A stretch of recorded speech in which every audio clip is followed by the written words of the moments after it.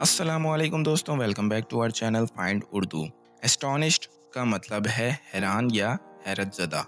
जब आप किसी बात या वाक़ये से बहुत ज़्यादा हैरान हो जाते हैं तो आप एस्टोनिश्ड कहलाए जाते हैं। फॉर एग्ज़ाम्पल, अगर आप किसी ऐसे इंसान से मुलाकात करते हैं जिसका आपने कभी सोचा भी ना हो तो आप एस्टोनिश्ड हो सकते हैं। जैसे कि अगर आपने कभी सोचा ना हो कि एक छोटे शहर में ऐसे बड़े हॉस्पिटल भी होते हैं, तो फिर आप वहाँ जाते हैं और देखते हैं तो आप एस्टोनिश्ड हो जाते हैं। I was astonished by the beauty of the sunset. मैं सूरज डूबते देखकर हैरान हो गया।